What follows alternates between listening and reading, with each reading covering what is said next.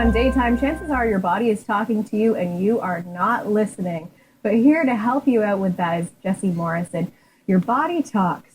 We're talking about, we talked about it this week on the show a lot. I see a huge shift in our universe, in our world, in our thought process. There's an awakening happening, and we're becoming more mindful to alternative therapies and treatments. Reiki has been one of those treatments that's a household name, but I think people get confused about what it actually is. Well, when I started doing this 20 years ago, people didn't know what Reiki was, and they weren't used to bringing the spiritual or their own feelings into things. Now everybody knows somebody who has done Reiki or is doing Reiki, so I call it the kindergarten of energy work. It's your first step into opening up your awareness and feeling the energy, because when I grew up as a kid, they actually said, don't feel this, think this way. Everything was made to be very linear, right? And so we turned off our feelings. I mean, we could kiss Aunt Sally, who smelled like mothballs, and pretend we liked it. The kids nowadays can't do that. They're so highly attuned, and then they think there's something wrong with them. And there's nothing wrong with them. It's just you got to gauge your own feelings, what's true for you, and step into showing your truth to the world. And I think that's what Reiki opens us up to. It's the first step. I mean, there's so much more. And I love teaching Reiki. Good. So 2016 is a Reiki Revolution. That's what I call it, Reiki Revolution. Yeah. Okay, so why are we revolutionizing Reiki? Well, it's not revolutionizing Reiki per se. It's using Reiki to create a revolution in for you. ourselves. Yes. I love it. Okay, Heather talks about the annual evolution and moving forward your businesses. I bring Reiki into people's businesses. I bring Reiki into your lifestyle, because people make a business plan, but they don't make a life plan. The business has to fit into your life, not the other way around. So if you're in tune with that spirituality that you have, your own truth, your own integrity for you, then, and feeling things, that way you have a bigger life map to move forward into. And it's not about dumbing down your emotions or dumbing down your feelings. That's why we have so much illness nowadays. Like we said, your body talks. People think that every sensation they have is a symptom. No, if you're alive, energy moves through you, it bubbles through you. It's a sensation. It's just talking to you.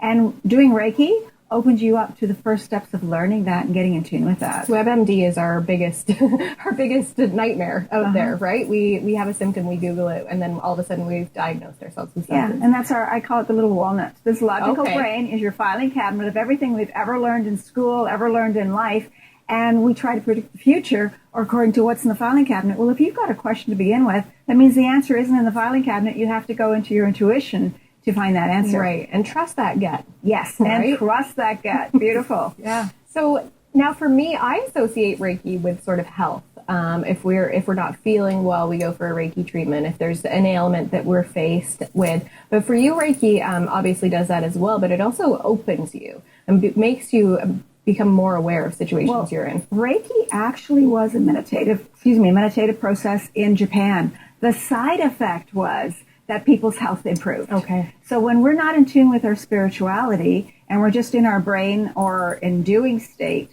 that way we're not involving all of us.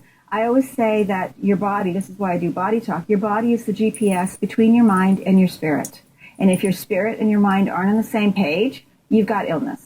There's no such thing as a happy, sick person. Right. If your body's manifesting symptoms or sensations, it's trying to tell you something. If you can get into that awareness with your intuition and start listening and being true to yourself, then you're not sick. You don't have the colds, the allergies, or anything else. So Reiki is great for giving you peace of mind and just sort of dumbing down this little walnut that keeps trying to run the show. What does Reiki look like? Thanks. What does it look like? To give and receive a Reiki session, it would be very boring to look at it. Right. Okay, you're just lying on the table. It's all about feeling. You place your hands on 12 different spots. Okay, I could be sitting here like this right now. Practicing Reiki. And I'm doing Reiki on myself. Yes, and we don't even realize that we're doing that. We do it subconsciously. Yeah. And we do it to our loved ones, our pets. When you give a hug, you're giving Reiki. When you hold a baby, you're giving Reiki. When you pet your pet, or when they come up and they start nudging you, they're giving Reiki. And it's that exchange of energy. When you're gardening, you're doing Reiki. But when we learn Reiki as a practice, we give you a new awareness. Like we play games. In my class, we play games. We have all 10 people stand on opposite sides of the road. One set closes their eyes and they start walking forward until they feel the auric field of somebody else. Okay. At the beginning of the class, boom, boom, they're all touching noses because they're so unaware. At the end of the class, you can almost tell whose energy you're feeling beside you, in front of you, behind you. How great is that? And it's fun. And so often we meet someone, we have an instant connection with them, right? Yeah. And your energy matches my energy, and we've created a lifelong friendship because we finally found each other, right? Right. And it's so interesting, and the opposite side of the table as well. You can instantly meet someone and whoa, you don't want to be anywhere near them. Right. And energy, and we've all felt that, so it's so interesting to actually put it into perspective and to remind yourselves that we are just balls of energy. Well, the other thing I like to teach in Reiki, using that analogy of meeting people and noticing that their energy is different, we instantly go into our mind and say, oh, they're bad, they're good. And it's not about being bad or good. It's about they're not vibrating at the same level I am. And most people will go into shielding themselves. Oh, this is dangerous. I have to put some sort of a bubble around me. And the opposite is true. We need to expand. Yes. We need to expand our energy. We need to just grow out there. And it's hard to explain, but it's when we allow ourselves to be all of us, the bad, negative stuff doesn't bother us. It sort of just goes by. Agreed. And it's almost like we're invisible to the bad and the negative, which is really cool. And it's going to bounce off me. Yeah. And whatever's going on in your world is not going to affect me. And raising our vibrations is so easy to do. Oh, I love you. Asking me, this is good. But it's, it's as simple as drinking more water and laughing. And that's important. Yeah, laughing raises your vibration. Drinking lots of water actually raises your energetic vibration. It allows the energy to flow. Water is a conductor of energy. When we're dehydrated, our mood plummets and we get depressed. We don't need to take antidepressants for that. And I was with Bristol Myers when we launched Prozac. We need more water. And like the sommelier was saying, we need good water. We don't need dead water. No, it's true. And what I love about you is you have a background in pharmaceuticals. And you sort of saw the negative and adverse reactions. Well, I went into pharmaceutical because I wanted to change the world. And my mission changed. I'm changing it in a different way because this is what was lacking. Yeah. Yeah.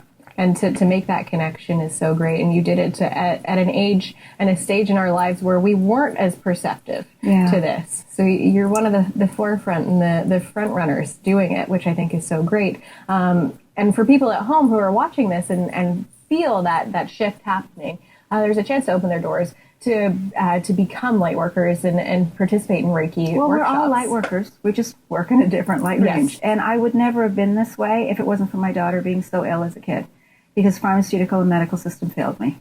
And now she's 23 and thriving and is profound, and she does all the stuff that I do. Right.